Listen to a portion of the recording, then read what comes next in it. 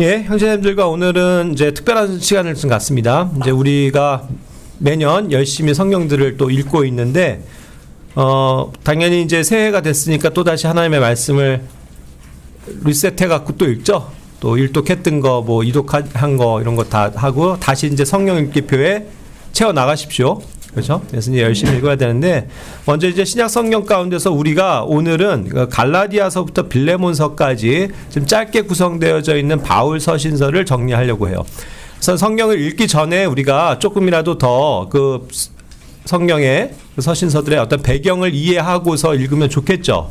그래서 이제 그런 것들을 정리하는 시간이고, 이것은 이제 제가 우리 청년 형제들에게 숙제를 줬어요. 그래서 한 책별로씩 맡아가지고 저부터 시작해서 함께 이제 이런 것들을 정리를 하자고 해서 각자 이제 올 해가 시작되면서 그 부분을 성경을 읽고 정리를 했습니다. 그래서 우리 청년들도 이제 정리를 잘 했고요. 그래서 그런 것들을 참고 삼아 형제자매들의 성경 읽기에 도움이 되었으면 좋겠습니다. 그래서 저 이후에도 이제 계속 성경들이 나와서 이어갈 거예요.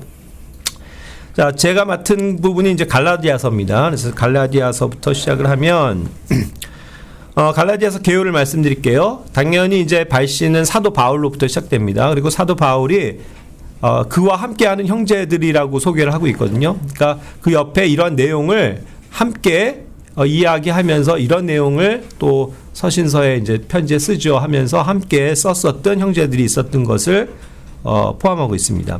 당연히 수신자는 갈라디아의 교회들인데요.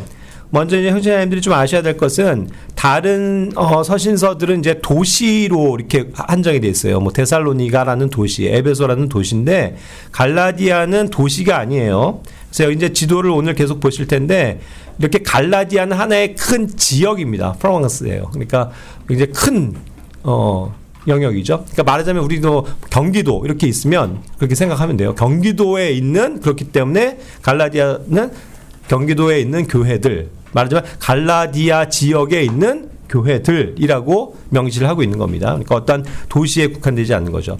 그러니까 이제 갈라디아 안에 있는 여러 도시들의 이 서신서들이 계속 돌아가면서 서로 읽게 되는 거를 얘기한다는 그런 측면입니다. 자, 기록 연대는 이것이 뭐 학계 이렇게 찾아오면 학계에서는 하면서 AD 48년에서 49년이다. 제일 먼저 쓰여진 서신서다. 뭐 이렇게 얘기를 해요. 그래서 이게 지금 뭐 찾아보니까 남갈라디아설이래요. 그리고 또 이제 AD 54년에서 56년으로 추정한다 하는 게 북갈라디아설 해가지고 이제 남갈라디아까지는 1차 저기에 이르러서 이게 쓰여진 거고, 이제 북갈라디아는 그 나중에 2차 때 저 북쪽까지도 바울이 선교를 했다, 이런 식으로 해가지고 이런 것들을 근거를 들고 있더라고요. 근데 저는 어쨌든 이러한 것들은 다 학계에서 뭐 그냥 이야기한다는 그것일 뿐, 우리가 그것을 절대적으로 신뢰해서도 또 어떤 주석서에 뭐 이와 같이 추정된다라는 것을 가지고 100% 인정할 수는 없다는 거예요. 왜 그러냐면 이 가장 중요한 것은 성경입니다. 특별히 우리가 가지고 있는 킹제임스 성경은 모든 영역에서 정확해요. 그래서 이 갈라디아서 후반에 보면, 출신에 보면 이것을 어디에서 기록했다라고 이야기하냐면 이걸 로마에서 기록했다고 그랬다고요. 그렇죠? 이게 되게 중요한 힌트예요. 근데 킹제임스 성경을 갖고 있지 않은 일반 뭐 신학자들은 당연히 이런 것들을 신뢰를 안 두니까 문제가 생기는 거예요. 그렇죠? 그래서 무슨 뭐 남갈라디아설이 어떻고 북갈라디아설이 어떻고 그렇게 되는 거예요. 성경은 분명히 얘기해요. 로마에서 썼다고. 자, 그럼 로마에서 썼다 하면 언제예요? 사도 바울이 사역하면서 로마를 자주 여행을 다녔어요? 아니에요. 로마는 딱 한 번 간 거라고요. 그것도 자의에 의해서가 아니고 어떻게 간 거예요? 압송이 된 거예요. 죄인으로. 소송 사건 때문에. 그래서 그의 말년에 어쩔 수 없이 가게 된 게 로마라고요. 그렇게 가고 싶어 했던 로마를 그러한 신분으로 갔단 말이에요. 그러니까 이것은 거의 대다수가 모든 뭐 이런 사료를 통해서 볼 때 일반적으로 다 바울의 로마 압송은 AD 60년에서 62년으로 본단 말이에요. AD 60년 이후라고요. 이해가 되세요? 그러니까 우린 그거에 따르자면 뭐예요? 최소한 이 갈라디아서는 로마에서 썼으니까 AD 60년 이후에 쓰여졌다는 걸 알 수 있는 거죠. 그렇게 봐야 된다는 거예요. 그렇죠? 물론 이제 뭐 연대가 뭐 엄청 중요합니까? 그건 아니지만 대략적으로 그래도 우리가 배경을 이해할 때는 이와 같이 어처구니 없이 그 앞으로 보는 시각들에 대해서는 우리는 받아들이지 않는다는 거예요. 킹제임스 성경에 근거해서 AD 60년 이후가 될 것이다 라고 믿으면 된다는 거죠. 이해하셨습니까? 그것이 우리의 믿음이에요. 자, 갈라디아 교회들은 굉장히 많은 문제점들이 있었어요. 무슨 문제점들입니까? 결국은 다른 복음으로 돌아간 거예요. 이게 가장 큰 문제예요. 즉 유대 율법주의자들의 영향을 받았다는 거예요. 이게 아무래도 사도행전 15장 말씀과 연관되어지는 부분이라고 보는데, 그렇기 때문에 이 갈라디아서의 핵심적인 주제는 율법의 행위냐 믿음이냐, 이 두 가지 질문에 대해서 다루고 있는 내용이에요. 그렇기 때문에 핵심 구절은 2장 16절이라고 저는 정해 본 거예요. 저의 정의입니다. 그래서 율법의 행위들로 정당함을 받는 게 아니고 믿음으로 우리가 의롭게 된다, 정당함을 받는다, 그것이죠. 자, 그래서 1장부터 차근히 보면은 1장에서 이제 특별히 6절, 7절에서는 그 갈라디아 성도들이 다른 복음으로 돌아간 것에 대한 문제점들을 얘기하고 있는 거고요. 8절, 9절에서는 그렇기 때문에 다른 복음을 전하는 자들에게 임할 저주에 대해서 얘기해요. 11절, 12절은 바울에게 상대적으로 계시된 그 은혜의 복음이죠. 그러니까 이 은혜의 복음 말고가 뭐가 되는 거예요? 다른 복음이라고요. 그래서 그 다른 복음으로 가게 된 것을 이야기하는 거죠. 16절에서 24절은 바울의 믿은 이후의 초기 행적들에 대해서 나오고 있습니다. 이것을 일부러 바울은 기록한 목적이 있어요. 왜냐하면 이것이 그 유대 율법주의자들이 워낙 그렇게 베드로라든가 뭐 야고보라든가 하는 그런 사람들을 너무 추종하고 신뢰하면서 이 바울이 전한 은혜의 복음을 조금 약화시키는 경향이 있었기 때문에 그런 것들을 설명하는 거죠. 그는 이제 다마스커스에서 예수님을 알게 되고 믿게 되고 바로 아라비아 광야로 가게 됩니다. 그랬다가 다시 다마스쿠스로 오게 됐고 3년이나 지나서야 드디어 예루살렘에 가게 돼요. 이것이 한 15일간 정도의 이야기라고 보고, 그때는 베드로와 주의 형제 야고보와만 교제했었다라고 이야기하고 있습니다. 전체 사도들에게 바울이 나타난 게 아니에요. 그리고서 이제 시리아와 실리시아로 이동을 하게 됐었고, 2장으로 넘어가면 그것이 14년 후에 예루살렘에 이제 다시 가게 됐었다는 걸 얘기합니다. 이때는 이제 바나바와 디도가 이제 함께 있게 되는 거죠. 그래서 이제 1절부터 10절까지 2장에서 보면은 자신의 은혜의 복음 사역에 대해서 구체적으로 보고를 하게 되는 기회가 이때 있는 거예요. 그래서 이제 그렇지만 유명한 사도들을 얘기하는데 이게 중요한 게 아니다라는 걸 자꾸 강조하는 거예요. 왜냐하면 유대 사도들을 자꾸 이야기하는 사람들로 인해서 유대 율법주의자들이 자꾸 힘을 얻는단 말이죠. 그래서 그런 것들을 이제 차단하는 목적이 있는 거예요. 특히 야고보와 게바, 요한은 3대 그 예루살렘 교회의 아주 중요한 인물들이거든요. 그런 사람들마저도 자기와 친교의 약속을 했을 뿐만 아니라 이제 유대인이 아닌 이방인들에게 복음을 당신은 전하시오라고 그것을 인증해주고 인정해줬다, 이 내용을 담고 있는 거죠. 그것이 이제 사도행전 15장 사건이라고 저는 생각을 해요. 그 다음에 11절부터 14절은 일부러 그렇기 때문에 베드로의 위선에 대한 것도 교훈을 강조를 하는 겁니다. 왜냐하면 베드로조차도 이방인의 그런 은혜의 복음을 인정하면서도 때로는 외식에 빠졌다고요. 위선에 빠졌다고요. 그래서 유대인이 오면 거리를 두고 막 이래가지고 위선에 빠진 거를 자기가 지적하고 저항했었다라는 것에 대해서까지 얘기하면서 이 유대인들 사도를 이렇게 너무 신뢰해서는 안 된다는 측면을 강조를 하는 거죠. 15절에서 20절까지는 예수 그리스도의 믿음으로 칭의, 즉 정당함을 입증받게 된다. 하나님의 아들 예수 그리스도의 믿음으로 이제 사는 삶이 무엇인지, 은혜로 되어진 것이 무엇인지를 설명하고 있습니다. 3장 1절부터 5절, 믿음으로 시작했다가 율법의 행위로 돌아가는 그 갈라디아 성도들의 어리석음을 책망하는 거예요. 6절부터 18절은 믿음으로 의롭게 된 아브라함이 이방인의 구원에 대한 예표가 되어줌을 가르칩니다. 19절에서 24절 율법의 의의에 대해서 설명하고 있어요. 약속을 받기까지의 언약의 중재자 역할을 한다라고 이야기하는 겁니다. 율법은 예수 그리스도의 믿음에 이르기 전까지의 지도교사의 역할인 거예요. 25절에서 29절까지는 믿음이 온 이후로는 율법이 더 이상 필요치 않고 모든 예수 그리스도의 믿음으로 하나님의 자녀들이 된다라는 거죠. 그렇기 때문에 유대인과 이방인의 차별이 이제는 없다는 거예요. 모두가 이제 아브라함의 씨고 또 상속자들로서 그리스도께 속한다. 이것을 강조하고 있는 것입니다. 4장 1절부터 6절, 율법과 세상의 종이 아닌 하나님의 영을 받아 하나님의 아들들로 입양된다. 7절에서 10절 이제 하나님의 상속자들로서 세상의 초등 원리로 돌아가선 안 된다. 11절에서 18절은 갈라디아 교회들이 받은 은혜가 헛되게 될까 염려하는 바울의 심정이 나오고요.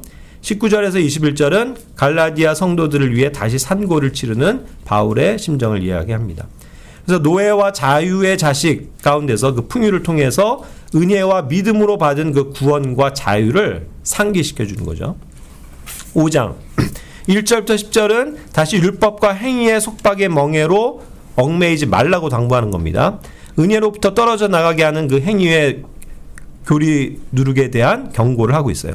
11절에서 15절 교회를 교란시키는 자들을 끊고 사랑으로 서로를 섬길 것을 권면하고 있고요. 16절에서 21절은 이로 인해 파생된 육신의 정욕과 다툼들을 대적하고 성령의 인도를 받아야 함을 권면하고 있습니다.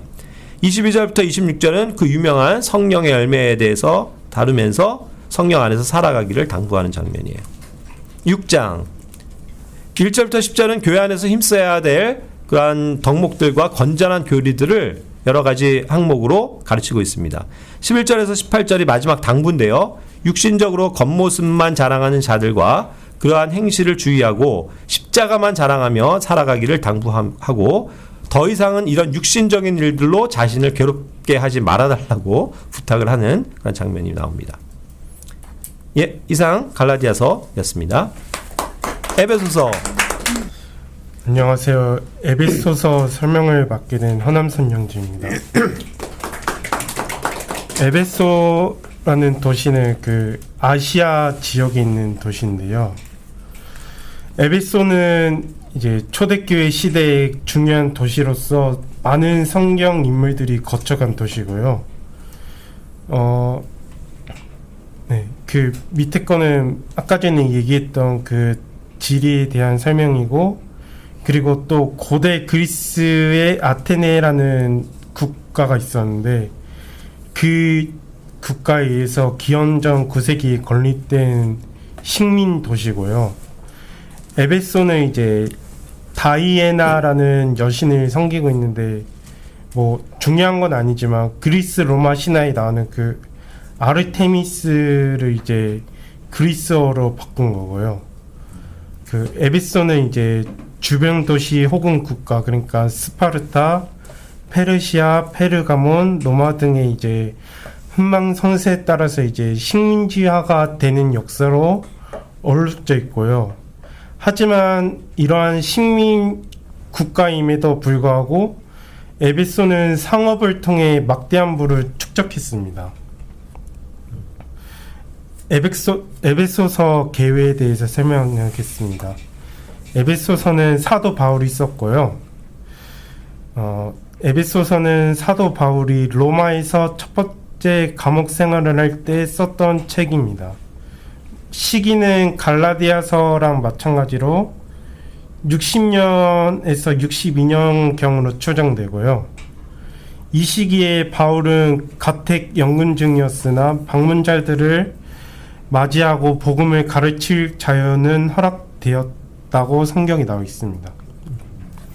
1장입니다. 1절, 2절은 사도 바울의 소개와 축복으로 이어지고요. 3절에서 14절은 모든 일을 자신의 뜻대로 일하시는 하나님은 창조 전부터 그리스도 안에서 우리를 택하셨고 우리는 예수님의 피로 말미암아 구속을 얻었으며 하나님의 양자가 되었는데 이는 우리로 하나님의 영광을 찬양하게 하기 위함이다. 입니다. 그리고 15절에서 23절은 사도 바울은 예수 그리스도 안에 있는 에베소 성도들에게 감사를 전하며 그들이 천국에 대한 소망을 풍성히 갖게 하고 예수 그리스도를 살리시고 자신의 오른편에 앉히신 하나님의 큰 권능에 대하여 알게 되기를 기도한다고 썼고요. 그리고 또한 하나님은 모든 생명을 예수 그리스도의 발 아래 복종하게 두셨고 예수 그리스도를 교회의 머리로 교회는 그리스도의 몸으로 삼으셨습니다. 2장입니다. 1절에서 10절 말씀. 우리는 마귀를 따라 살았던 죄와 허물로 죽은 사람들이었으나 하나님의 크신 사랑으로 우리를 그리스도와 함께 살리셨고 그리스도와 함께 하늘에 앉히셨는데 이는 앞으로의 모든 세대에게 하나님의 은혜가 지극히 풍성함을 보여주기 위한 것이다. 믿음을 통하여 은혜로 인해 받은 구원은 우리에게서 난 것이 아니라 하나님의 선물이다 라고 썼습니다. 그 11절에서 22절인데요. 우리는 하나님을 모르고 살았고 할례도 받지 않았던 소망 없는 이방인들이었으나 그리스도의 피로 인해 유대인과 이방인 사이에 막힌 담이 허물어짐으로써 우리는 유대인들과 한 몸이 되어 한 성령 안에서 하나님 아버지께 나아갈 수 있게 되었다. 그리고 그리스도께서 친히 최고 목퉁이들이 되셔서 그리스도 안에서 건물 전체와 각 부분이 서로 연결되어 거룩 세워짐으로써 거룩한 성전으로 자라가게 하셨다. 또한 우리도 하나님께서 성령으로 거실 처소가 되기 위하여 그리스도 안에서 함께 지어져 가고 있다라고 썼습니다. 3장입니다.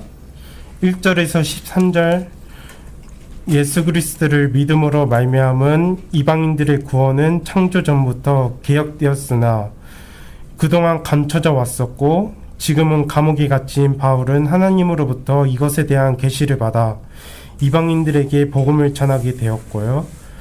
바울은 감옥에 갇힌 것 때문에 낙심하지 않기를 희망하며 그 환난들을 성도의 영광이라고 말하고 있습니다. 14절에서 21절 바울은 에베소 성도들이 속사람이 강건해지고 믿음으로 그리스도를 마음 안에 모시고 그리스도의 사랑의 크기를 깨달아 충만하게 되기를 기도하며 하나님께 영광을 돌린다라고 썼고요. 4장입니다.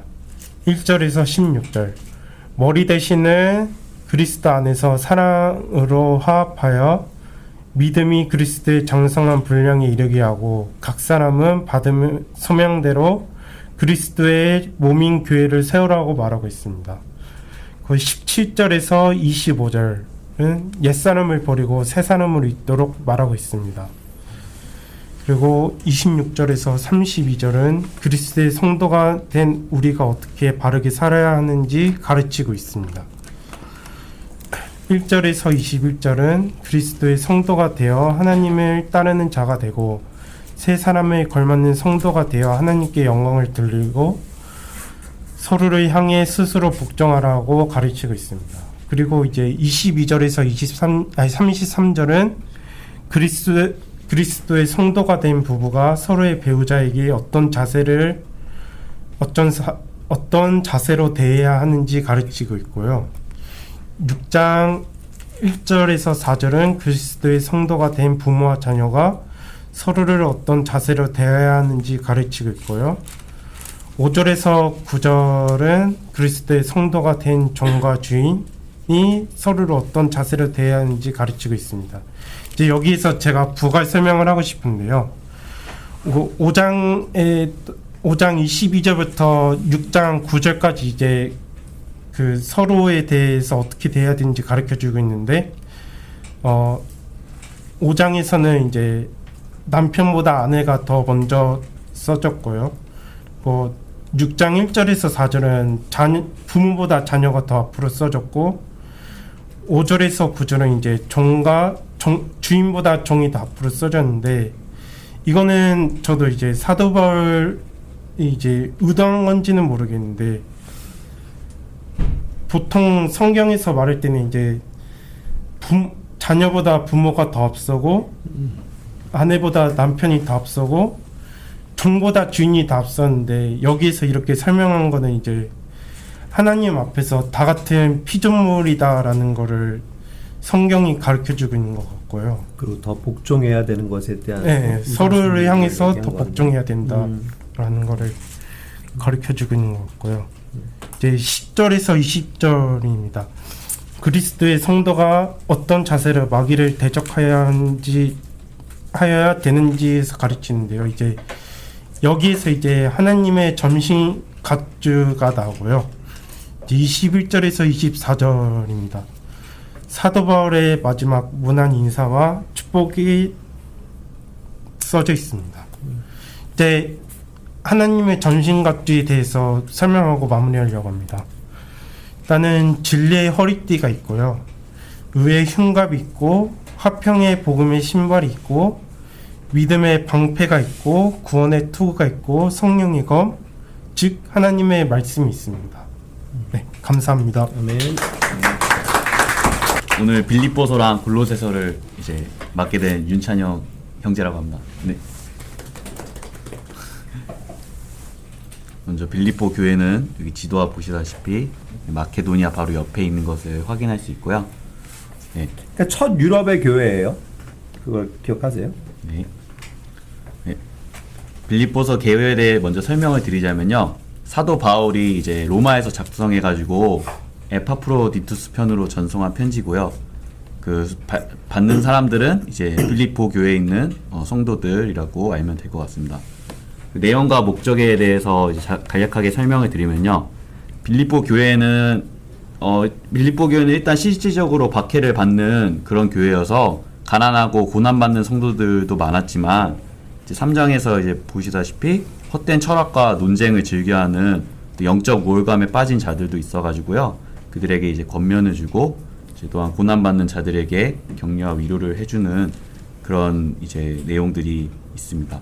그리고 이제 마지막 4장에서는 바울에게 이제 필요한 것들을 많이 섬겨주는데요. 그런 부분에 있어서도 감사를 표하는 것을 알 수 있습니다. 네, 1장을 먼저 보여드리겠습니다. 이제 1장 3절부터 11절은 이제 빌립보 형제들에 대한 감사와 간구에 대한 내용인데요. 먼저 이제 감사하는 것들은 이제 그때 바울이 이제 그 결박을 당한 상태임에도 그들이 이제 그런 것들을 이제 전혀 개의치 아니하고 오히려 복음을 전하는 데 있어서 더욱더 앞장서는 모습에 감사를 드린 것을 알 수 있고요. 또한 1장 12절부터 18절은 이제 그리스도 선포의 의의에 대해서 설명을 하고 있는데요. 여기서 좀 이제 주목해야 될 것은 15절에 어떤 사람들 시기와 분쟁으로도 그리스도를 전하는 대신 반면에 어떤 사람들은 선한 뜻으로 하는 사람들도 있는데 그런 부분에 있어서 책망하는 것이 아니라 어떤 방법에 있어서든 어쨌든 그리스도가 선포되는 것이기 때문에 그러한 것들을 오히려 기쁜 마음으로 받아들이는 바울의 모습을 볼 수 있습니다. 그리고 또한 1장 19절에서 26절은 이제 내가 결국에는 21절에 사는 것이 그리스도요 죽는 것이 이득이라고 나와 있을 만큼 바울은 오히려 죽어서 그리스도께 돌아가고 싶은 마음이 있었지만 그럼에도 이제 24절에 내가 살아있어서 육체 안에 거하는 것이 결국 너희들 성도들에게는 이득이기 때문에 내가 죽든지 살든지 정말 주님 안에서 열심히 행할 것을 다짐하는 내용입니다.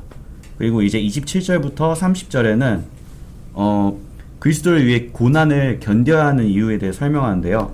그래서 이제 결국엔 이 빌립보 교회 사람들이 그 대적하는 사람들로 인해서 많은 고난들이 있었지만 그럼에도 이제 그들에게 대한 어떤 공포심이나 그들을 두려워하지 말고 오히려 이제 그런 고난이 있는 거는 결국 그리스도를 대신하여 우리가 고통을 견디게 하는 그런 하나의 훌륭한 믿음의 그런 예표이기 때문에 잘 견디라는 그런 바울의 말이 있습니다. 네, 2장으로 넘어가겠습니다. 2장 1절부터 4절과 5절부터 11절은 이제 겸손에 대해서 말을 하고 있는데요. 제가 일단 나눈 게 1절부터 4절은 일단 겸손을 통해서 하나된 마음으로 이제 다른 성도들도 되돌아봐야 된다 이렇게 좀 설명을 하고 있고요. 5절부터 11절은 이제 예수님 그리스도의 이제 겸손, 그러니까 이제 주님의 순종과 겸손으로 인해서 그런 부분들에 있어서 설명을 하고 있습니다. 네. 그리고 12절부터 18절까지는 이제 그리스도인이라면 마땅히 삶 속에서 나타내야 되는 그런 모습들에 대해서 설명을 하고 있고요. 네.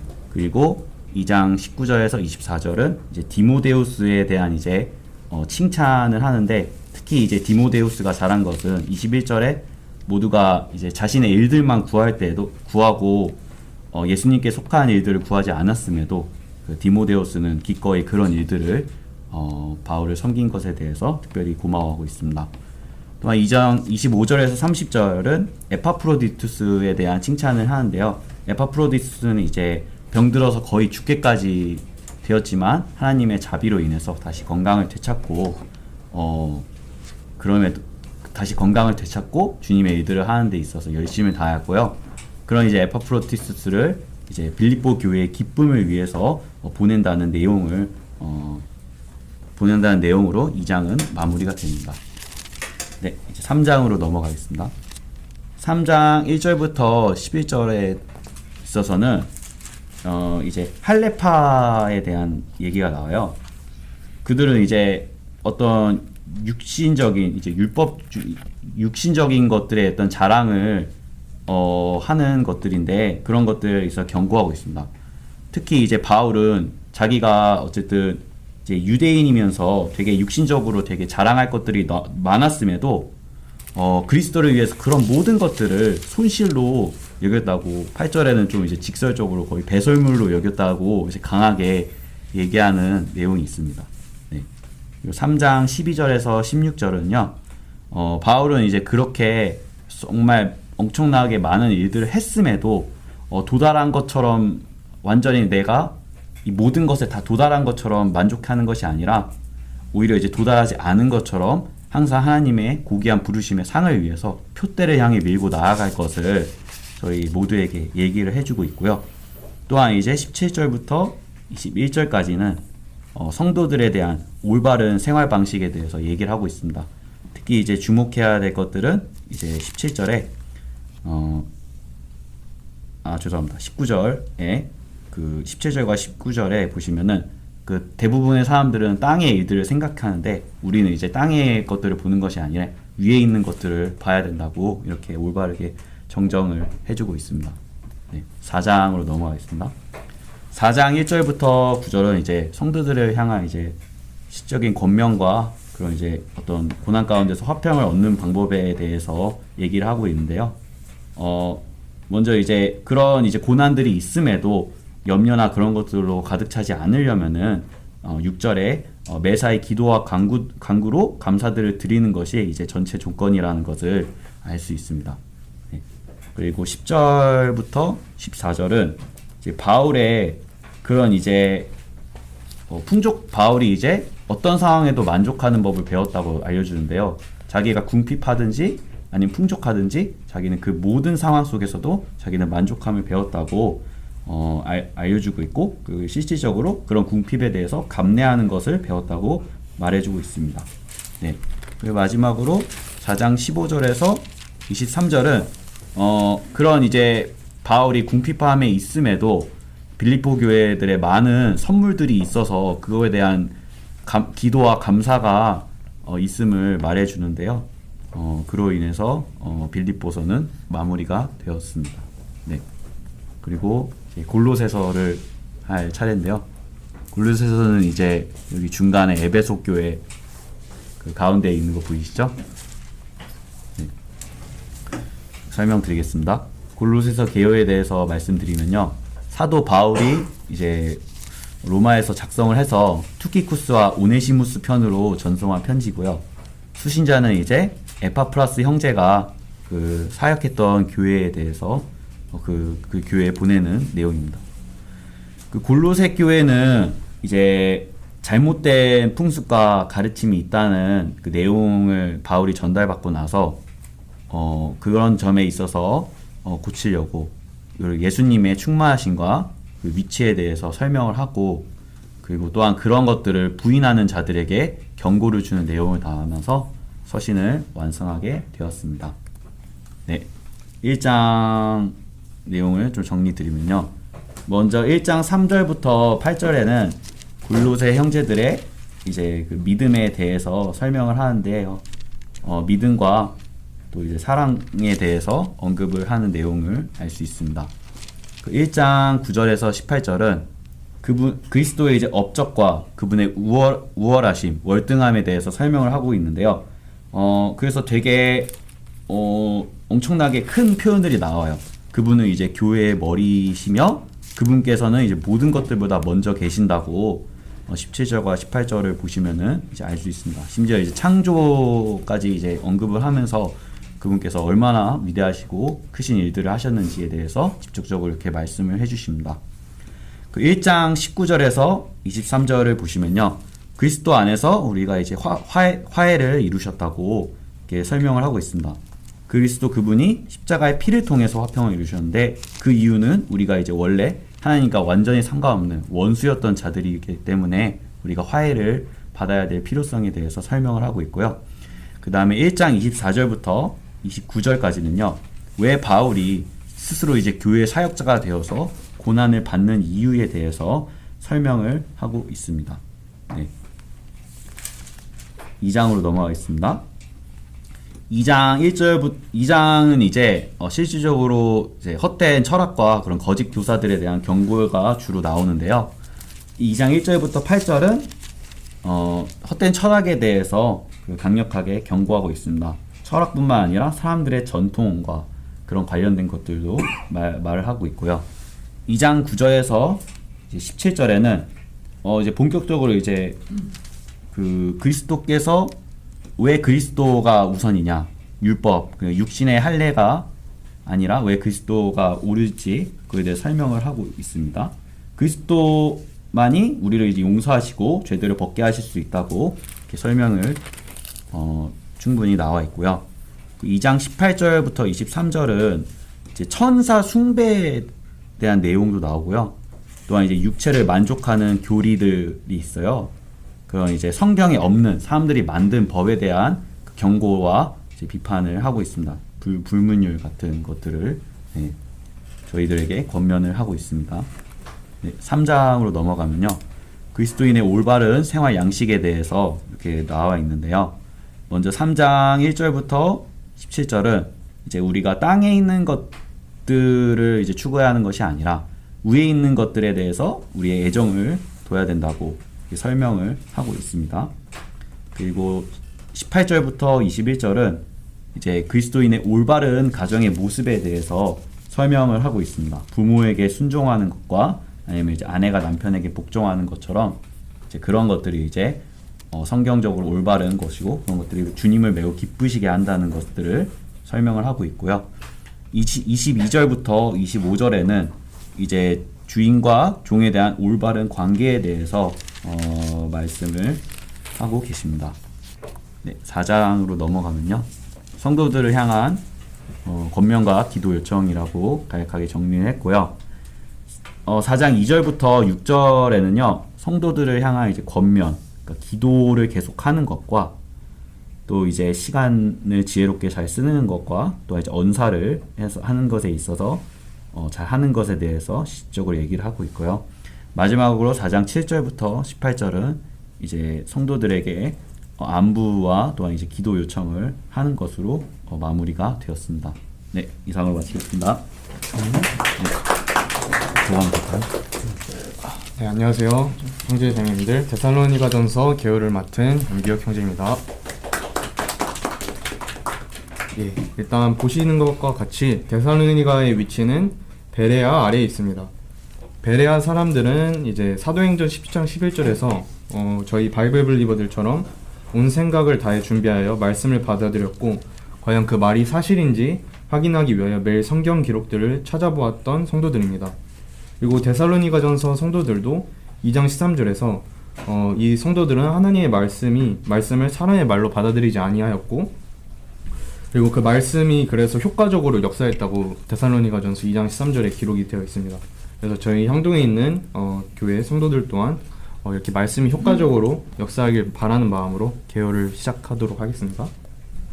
예.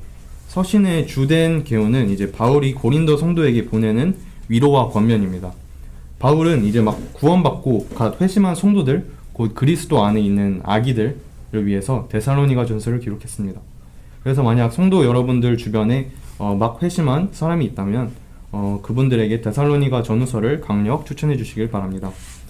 기록자는 바울이며 데살로니가에 있는 성도들을 향한 편지입니다. 기록자는 바울이며 주요 인물들은 이제 실바누어스 그리고 디모데우스입니다. 그 다음에 기록 시기는 추정되기로 AD 50에서 51년 사이로 추측되고 있습니다. 그 다음에 수신자는 데살로니가에 있는 성도들을 향한 편지입니다. 그리고 데살로니가전서의 핵심 교리는 제가 읽고 느낀 것은 부활 곧 환란 전 휴거 소망이며 이는 디도서 2장 13절에서 휴거를 복된 소망이라고 표현하기도 합니다. 디도서 2장 13절을 제가 읽어드리겠습니다. 그 복된 소망과 위대하신 하나님 곧 우리 구원자 예수 그리스도의 영광스러운 나타나심을 고대하게 하셨느니라. 예, 복된 소망 곧 휴거는 순수한 소망이며 요한일서 3장 1절 우리에게 위로를 주는 소망입니다.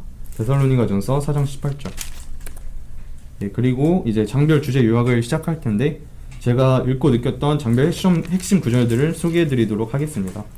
자, 1장의 제목은 이제 복된 소망의 기쁨입니다. 다가올 진노로부터 우리를 구해내신 분 1장 10절. 2장 성도의 사랑 너희가 우리에게 소중히 있기 때문이라 2장 8절.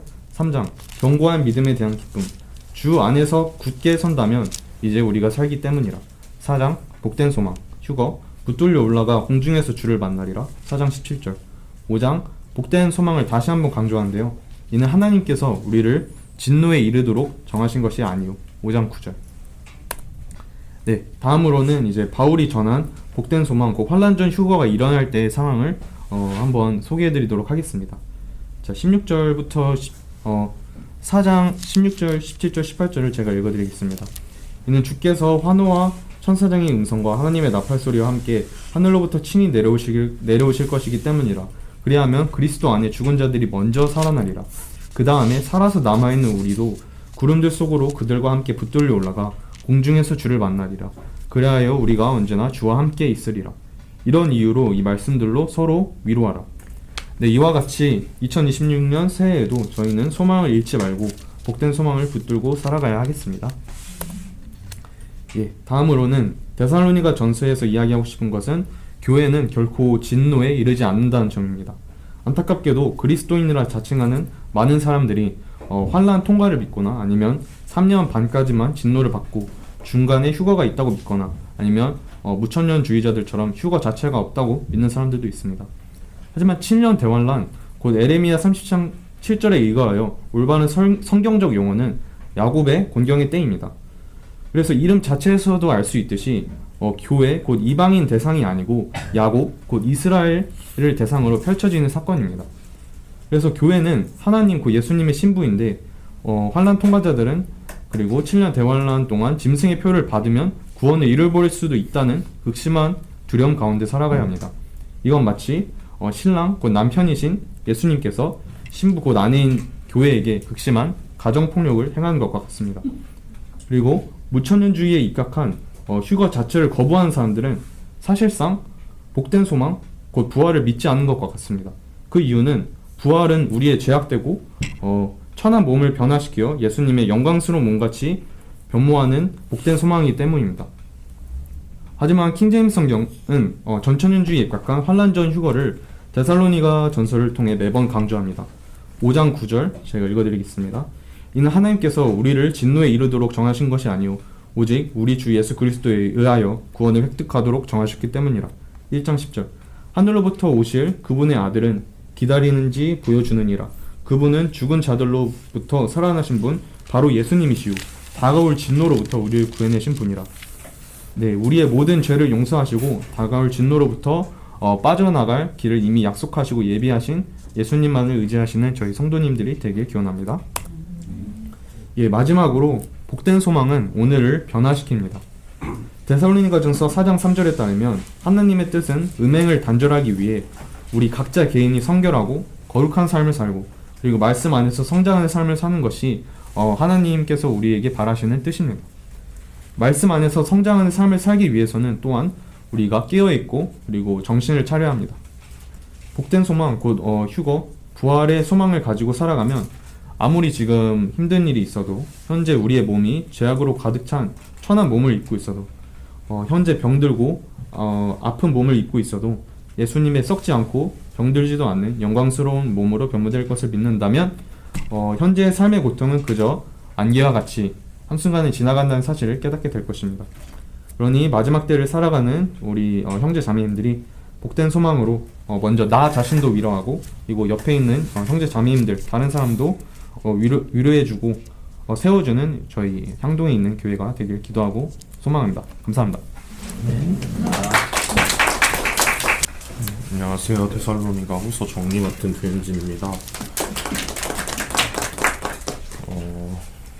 전반적으로 그 규혁이가 질이나 이런 건 다 설명해 줄 것 같아서 안 했고요.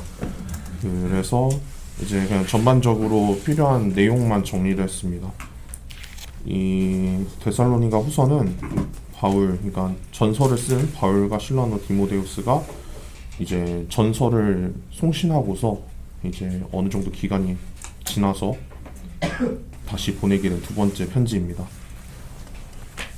이제 기록 목적에 대해서 좀 알아보려고 했는데 뭐 역사적으로 어떻게 있다 팩트는 아직 나와 있지 않아가지고 이게 성경 안에서 찾아봤는데 이제 2장 2절과 3장 11절에 보면은 이제 우리에게서 왔던 편지나 그리스도의 날이 가까웠다 해서 뭐 거기 어떤 흔들리거나 불안해하지 말라는 언급과 우리가 이제 너희 가운데 질서 없이 걸으며 전혀 일하지 아니하고 참견하기 좋아하는 무슨 소문을 들었다라는 언급이 있는 걸로 봐서는 이제 과거에 보냈던 전서나 데살로니가 교회에 문제가 있었고 그것에 대한 안부 및 권면을 보내기 위해서 두 번째 편지를 보냈던 것으로 유추가 가능해서 한번 정리를 해봤습니다. 이제 1장부터 해보겠습니다. 1장 1절부터 3절은 그냥 편지처럼 안부 인사입니다. 뭐 많은 얘기였지만 전반적으로 내용 전반적으로 봤을 때는 뭐 위로를 하는 말씀들이 대부분 있어가지고 그냥 안부 인사로 했고요. 5절부터 9절은 이제 전서에서 아까 규혁이가 말했듯이 이제 휴거, 부활 이런 내용이 전서에 있었는데 이제 이 전반적인 데살로니가 후서는 그 상황 제가 생각했을 때는 제가 느낀 바는 이 전서에서 나온 내용 때 우리가 어떤 일을 당하게 되고 어떤 결말이 있을지에 대한 전반적인 좀 내용이 있어서 그것에 대해서 설명을 하는 것 같은데 5장 5절부터 9절은 이제 우리가 믿음을 지키고 구원을 받은 자들이 그때 핍박과 환난을 우리에게 핍박과 환난이 올 텐데 그걸 주는 자들에게 하나님께서 어떤 벌을 내리시는지 이제 주고 5절부터 9절 내내 그걸 설명하고 있고요. 10절부터 12절은 그리고 우리가 그것을 견뎌내고 믿음을 지키고 인내했을 때 우리에게 어떤 결말로 오는지에 대해서 설명을 하고 있습니다. 1장의 핵심 구절은 12절이라고 느꼈는데요. 이제 믿음의 이유인 건데 결과적으로 하나님께서 우리가 이렇게 믿고 견딤에 따라 이제 하나님이 영광을 받으시고 우리가 그분 안에서 영광을 받게 하기 위해서 그런 이유를 주셨다고 말씀으로 주셨다고 생각을 합니다. 2장 정리해봤습니다. 2장 1절부터 7절은 이제 마지막 때, 그러니까 저는 마지막 때 했는데 이거는 뭐 성경에 마지막 때라고 나오진 않아가지고 이거는 뭐 조금 넘어가는 일이고 이제 그때 사칭하는 자와 속이는 자들에 대한 경고 뭐 이제 저희가 뭐 흔히 얘기하는 적 그리스도나 그 마지막 때 그 나오는 사람들에 대한 경고를 하시는 거라고 저는 생각을 했는데요. 많은 경고가 들어옵니다. 이제 뭐 대적하는 자다, 경배받는 모든 것 위로 하나님 위에 스스로 하나님처럼 보이게 하는 자다, 이런 내용들이 나오는데 그것에 대한 경고를 하고 있습니다. 8절부터 12절까지는 진리를 받아들이지 못하고 구원받지 못하는 자들이 겪게 될 일인데요. 이제 여기 핵심 구절에서 10절로 나오는데 저는 이거를 불의의 모든 속임수와 함께 멸망하는 자들에게로 오는 것이니라는 말이 이제 결국에 우리가 믿음을 계속 지키고 있으면은 우리가 결국에 이 모든 적그리스도와 이런 하나님을 스스로 하나님이라고 하는 자들에게 끌리는 자들은 9절과 10절, 11절 이 내용에 나오듯이 구원받지 못하고 진리를 받아들이지 못하는 자들이 이들에 속하게 된다라고 저는 그렇게 이해를 해서 정리를 그렇게 해봤습니다. 12절부터 14절은 이제 그럼에도 우리가 그렇게 구원받고 이제 믿음을 계속 지킬 수 있는 우리가 감사해야 할 이유에 대해서 설명을 하고 있습니다. 그리고 15절부터 17절은 구원받은 우리를 하나님께서 어떻게 사용하시길 원하시는지에 대해서 말씀을 하시는데 이제 이 2장의 핵심 구절은 13절로 저는 봤는데요. 이제 읽으면은 결국에는 하나님께서 우리를 택하셨다라고 직접 말씀하고 계시고 그리고 성령이 거룩히 구별하신 것 진리를 믿는 것을 통해 구원에 이르게 하셨다 해서 이미 예수님이 우리 위해서 돌아가시면서 우리 구원을 받았고 그리고 하나님께서 처음부터 우리를 택하셨다라고 말씀하셨기 때문에 저는 이것을 핵심 구절로 만들어 해봤습니다. 3장 정리해봤습니다. 1절부터 5절은 이제 우리의 믿음으로 3장 전반적으로는 그래서 우리가 무엇을 해야 하는 거에 대해서를 말하고 있는데요. 우리의 이제 1절부터 5절은 우리의 믿음을 하나님께서 지키고 인도하실 것을 말하고 있는데 좀 저는 되게 위로의 말씀으로 느껴졌어요. 이제 5절에 보면은 하나님께서 우리의 마음을 인도하사 하나님을 사랑하게 하고 또 인내하며 그리스도를 기다리게 하길 원하노라. 사실 하나님께서 원하시고 하나님께서 하신다고 하셨기 때문에 우리가 원하기만 하면은 언제든지 우리를 그렇게 사용하신다라는 말씀으로 저는 받아들여져가지고 저에게 많은 위로가 된 말씀입니다. 6절부터 15절은 믿음의 사람으로서 살아가야 지켜야 할 명령인데 제가 요즘 많이 고민했던 문제인데 이제 그리스도인과 이제 세상을 살아가는 인간으로서 구별된 삶을 살아야 하는 거에 대해서 좀 그 경계선을 가지는 거에 대해서 좀 고민이 많았는데 성경에서는 이제 바로 이제 믿음의 사람도 결국에는 이 세상을 살아가는 사람이기 때문에 그 사람들이 지금 다가오는 때에서 어떻게 살아가야지 명령, 이제 가이드라인을 주고 있는 거를 아예 대놓고 말하고 있어서 저는 3장의 핵심 구절은 이 가운데 있다고 생각을 하고 있었습니다. 뒤에 16절부터 18절은 마무리 인사입니다. 이 또한 위로의 말씀을 같이 곁들이면서 해주고 있는데 좋은 편지라고 생각합니다. 핵심 구절은 3장 5절로 보고 있는데요. 아까 말씀드린 것처럼 하나님께서 우리를 선택하셨고 인도해 주시고 그리고 원하신다고 아예 직설적으로 말씀하고 계시기 때문에 저희는 그거를 그대로 따르면 될 거라고 생각을 합니다. 전반적으로 다 요약을 하면은 이제 제가 이게 마지막 때라고 얘기를 해놨는데 이거는 뭐 저희가 믿는 이제 저희가 공부하는 교리에 있어서는 제가 확신이 없어가지고 이거는 따로 말씀하시고 그때에 있을 현상들을 1장에서 설명을 해주고요. 2장에서 그때 있을 사건과 결말을 설명해 주시고 이제 3장에서는 우리가 믿음을 지키기 위해서 지켜야 할 명령들을 설명하고 있습니다. 저는 이렇게 정리를 해서 마무리하도록 하겠습니다. 감사합니다. 우리 역시 마지막 때에 속해 있기 때문에 이러한 말씀을 분별하고 또 마음에 새기면서 살아가면 되겠죠? 네, 디모데전서를 시작하겠습니다.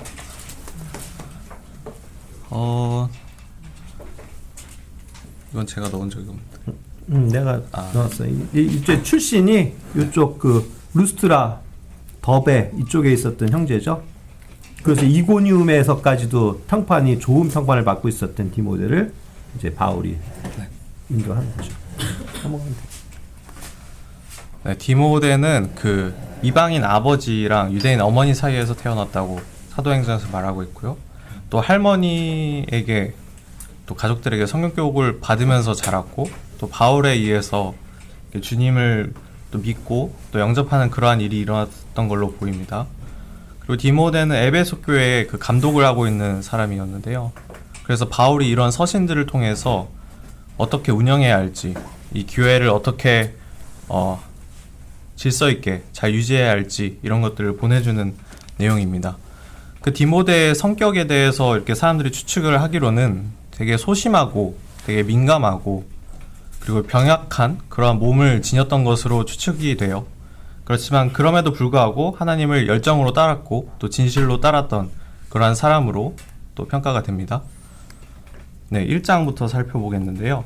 1장에 먼저 그 거짓된 교리에 대해서 바울이 경고를 합니다.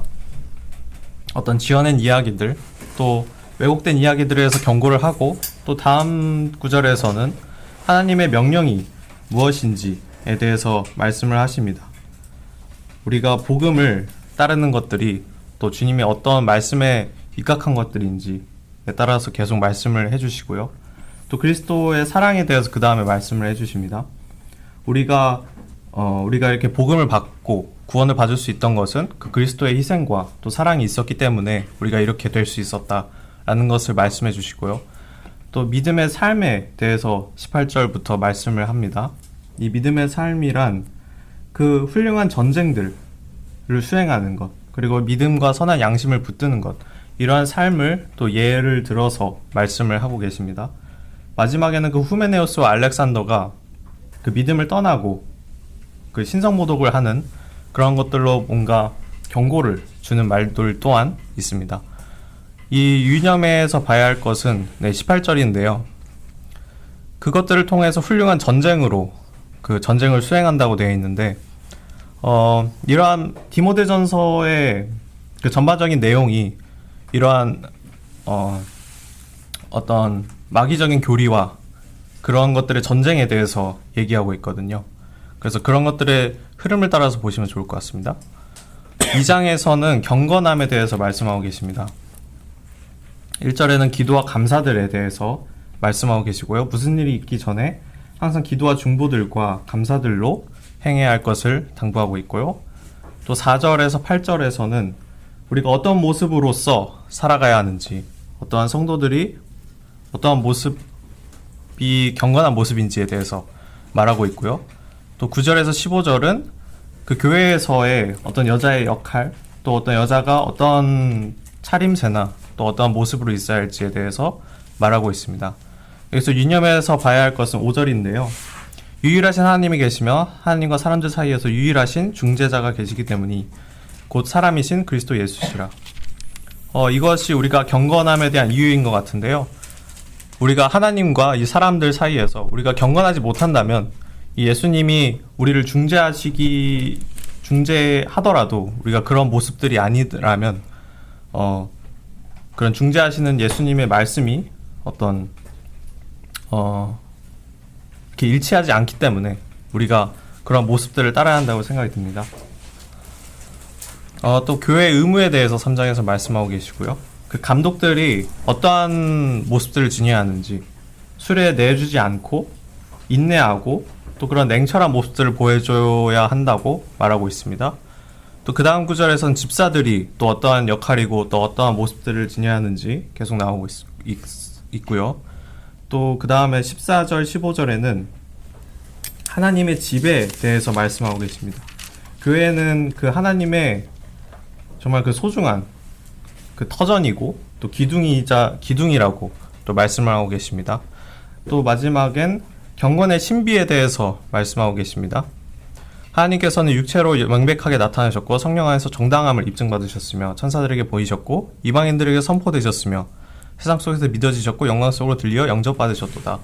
이것이 우리가 그 경건에 대한 그 하나님이 보여주신 놀라운 신비라는 것이죠. 우리가 성령 안에서 또 그러한 것들을 입고 또 받았다는 것입니다.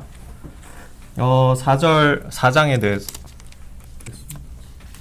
4장에서는 그 마귀적인 교리들이 나옵니다. 1절부터 7절까지가 그 마귀적인 교리들인데요.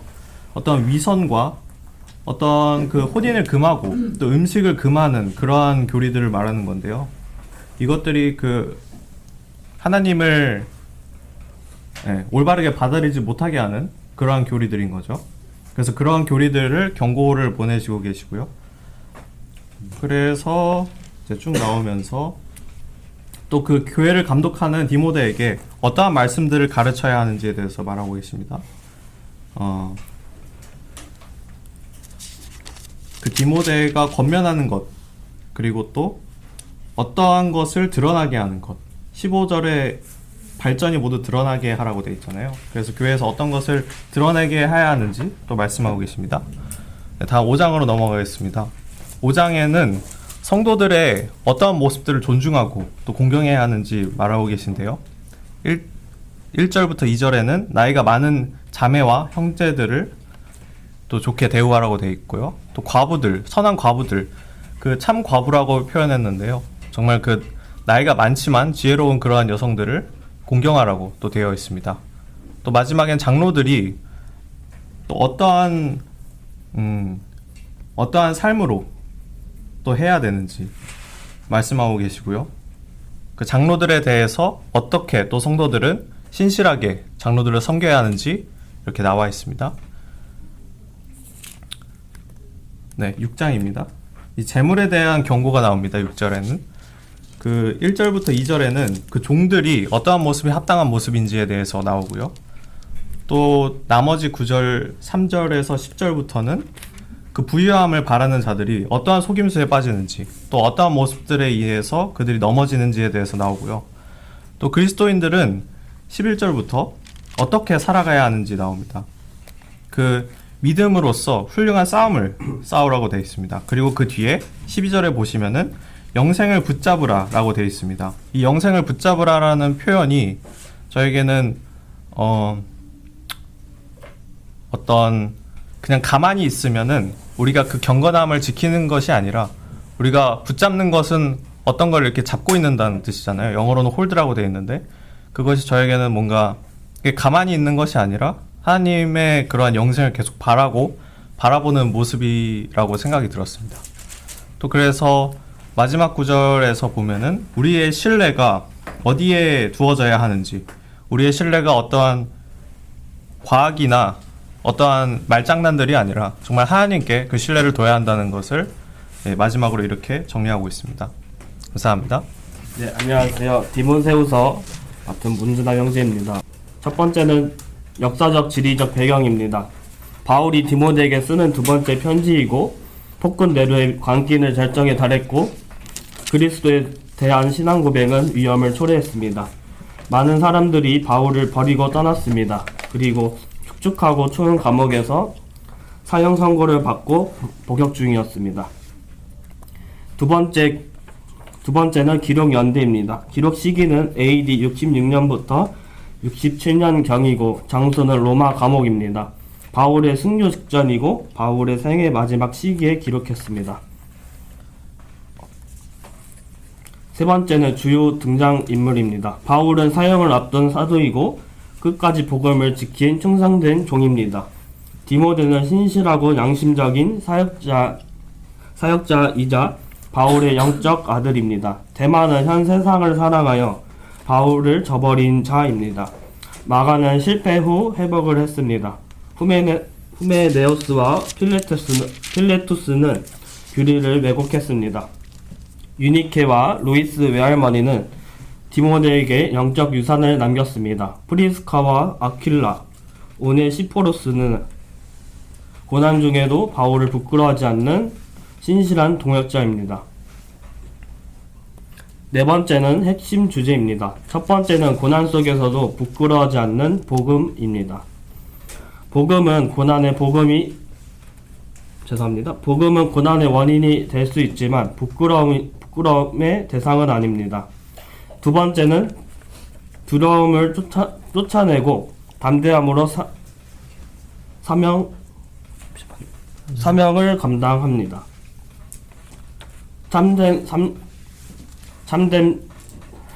참된 사역자는 두려움이 아니라 하나님의 주신 능력으로 움직입니다. 세 번째는 신실한 사역자입니다. 2장에 다 나오는데요. 청지기는 1장 2절, 군사는 3, 4절, 성공의 본 5, 6, 7절, 운동선수는 5절, 농부 6절, 7절, 고통은 8절부터 13절, 배우는 사람 14절부터 19절, 종은 20절부터 16절입니다. 그리고 네 번째는 맡겨진 것과 복음의 증거입니다. 다음으로 넘어가서 다섯 번째는 장별 주제와 핵심 구절입니다. 1장은 두려움을 버리고 복음을 부끄러워하지 말 것, 그리고 하나님께 받은 은사를 다시 불러 일으키게 할 것입니다. 1장 3절, 7절, 13절입니다. 2장입니다. 그리스도의 좋은 군사로서 고난을 감내할 것, 그리고 청지기, 군사, 운동선수, 농구입니다. 2장 2절부터 6절, 그리고 8절, 11, 12, 13, 23절입니다. 3장은 거짓 교사에 대한 경고와 위험한 시대입니다. 3장 2, 3, 4, 7입니다. 4장은 말씀을 전파해야 할 절박한 사명을 명령합니다. 그리고 권면합니다. 4장 2절 3절입니다. 디모데후서 핵심 요약을 해보면 바울은 디모데에게 두려워하지 말고 말씀에 굳게 서서 충성하라고 권면합니다. 감사합니다. 디도서를 맡게 된 허남진 형제입니다. 바울이 디도서를 쓰게 된 배경은 디도는 그리스 출신 그리스도인입니다. 그리고 디도는 바울의 신임받는 동역자입니다. 디도서의 1장에 나오는 크레타 섬은 헬라어로 크레티즈, 즉 거짓말쟁이라는 뜻인데 이거를 더 번역하면은 크레타인들 같다라고 사용된 만큼 폭력과 성적인 타락, 사람들을 속이는 자들이 가득한 섬이었습니다. 그리고 이따가 지도에서 좀 서쪽 아래쪽 보실 때 크레타 섬은 그 섬인데 항구들이 많아가지고 가정교회를 세우기 가장 적합한 곳이었습니다. 하지만 크레타 섬의 가정교회들은 부패한 크레타 지도자들에게 마음이 넘어간 사람들이 있었고 크레타 섬들에 있는 사람들은 제우스를 예수님과 혼동해서 같은 신으로 여기는 사람들이 있었습니다. 이러한 이유 때문에 바울은 디도를 크레타 섬에 보내 크레타 섬 안에 있는 가정교회들을 바로잡기를 당부합니다. 네. 크레타섬. 디도서 1장 1절부터 4절까지 바울은 인사와 함께 영생의 소망 안에서 사도가 되었음을 고백합니다. 그러면서 바울은 그런 믿음을 함께 나누고 있는 디도를 축복해 줍니다. 1장 5절부터 9절까지 바울은 디도에게 임무를 내리게 됩니다. 바울은 5, 6절에 바울은 각 도시에 장로들을 세우기 위하여 디도를 크레타 섬에 보내며 장로들의 선임 조건을 설명해 줍니다. 그리고 그에 이어서 7절에서 9절까지 감독들의 선임 조건도 같이 설명해 줍니다. 이유는 그들이 바른 교리로 권면하고 거슬러 말하는 자들을 책망하게 하려 함이었습니다. 1장 10절부터 16절도 당시 크레타 섬의 거짓 교사들은 할례받은 사람들이 많았습니다. 깨끗한 사람들에게는 모든 것이 깨끗하지만 부패해져서 믿지 않는 사람들에게는 아무것도 깨끗한 것이 없고 오직 그들의 마음과 양심이 더러울 뿐이었습니다. 그들은 자신들이 하나님을 안다고 주장하나 실제로는 가정하고 불순종하며 모든 선한 일을 버리는 자들이었습니다. 16절에 부당한 이득을 위해 잘못된 가르침을 퍼뜨리는 사람들의 입을 막고 꾸짖으라고 명령하였습니다. 그리고 2장 1절부터 10절까지는 가정교회에 대한 교리를 설명해 줍니다. 1절에는 오직 건전한 교리를 말하라고 합니다. 그리고 2장에는 장령 형제들이 교회에서 가져야 될 성품을 얘기를 해주면서 성도의 믿음과 사랑 안에서 건전하게 하기 위함이라고 설명해 줍니다. 그리고 장령 자매들에게는 선한 것들의 선생이 되기 위해서 가져야 될 성품을 말해줍니다. 그리고 장령 자매들이 청년 자매들을 가르치게 해서 하나님의 말씀이 모독받지 않게 하기 위해서 설명해 줍니다. 그리고 6절에서 8절은 청년 형제들에 대한 성품을 말해줍니다. 그리고 반대편에 속한 자들이 부끄러지게 하기 위해서라고 설명해 줍니다. 그리고 9절에서 10절은 종들에 대한 종들이 가져야 될 성품을 얘기해 주고 있습니다. 그들로 하여금 모든 일에서 우리의 구원자이신 하느님의 교리를 빛나게 하기 위함이라고 설명해 줍니다.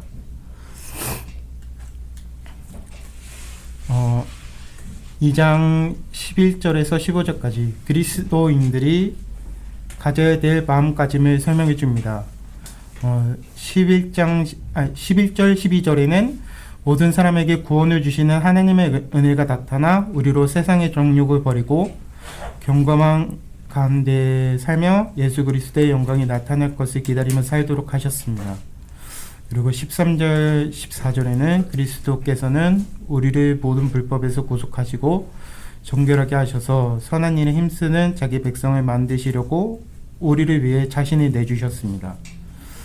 그리고 15절에는 바울은 디도에게 이것을 가지고 권면하며 모든 권위를 가지고 꾸짖으려고 명령하였습니다. 네. 그리고 3장입니다. 1절에서 3절에는 그리스도인들은 그 누구에게도 흠잡을 데 없는 선한 사람이어야 된다고 말해줍니다. 그리고 저희도 전에는 어리석고 약한 자들이었으나 하느님의 자비와 사랑이 우리를 성령으로 거듭나게 하시고 구원하셔서 우리에게 영생의 소망을 주셨는데 이는 우리의 의로운 행위 때문이 아니라 오직 그분의 궁일하시 때문이라고 설명해 줍니다. 그리고 4절부터 11절까지는 이것은 믿을 만한 말이니 믿는 자들이 오직 선한 일에 힘쓰도록 이런 것에 대해 확신을 갖고 말하라고 합니다. 그리고 어리석고 쓸데없는 논쟁을 피하고 이단에 속한 사람은 한두 번 경고 후에 멀리하라고 했습니다. 이것은 제가 좀 정리하면서 다시 찾아봤는데 영어로는 리젝트라고 되어 있는데 리젝트는 거부하라고 써져 있었습니다. 제가 잘못 쓴 건데 멀리 하는 것보다는 그냥 저희 교회에서 거부해야 된다고 말을 해줍니다. 그리고 그런 사람은 자신이 하는 정죄로 스스로가 정죄당하기 때문이라고 말합니다.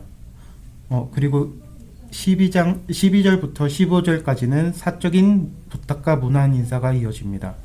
감사합니다. 안녕하세요. 빌레몬서를 맡게 된 권현 형제입니다. 네. 빌레몬서는 바울이 로마 감옥에서 빌레몬이라는 한 명의 개인한테 쓴 편지입니다. 빌레몬은 볼로세인으로 달아난 노예 오네시모스라는 노예 신분이거든요. 네, 주인입니다. 바울은 오네시모스가 곁에 남아서 바울의 사역을 도울 수 있기를 바랬지만 당시 노예법이 좀 무서웠어요. 이걸로 죽임을 당하는 노예가 수없이 많았습니다. 네. 빌레몬서 1절에서 3절까지는 바울이 자신을 예수 그리스도의 소폭된 자로 소개합니다. 바울은 빌레몬, 아피아, 아르키푸스 그리고 빌레몬의 가정교회를 언급하면서 이 편지가 개인에게 보여졌지만 공동체적 성격을 지짐을 나타냅니다.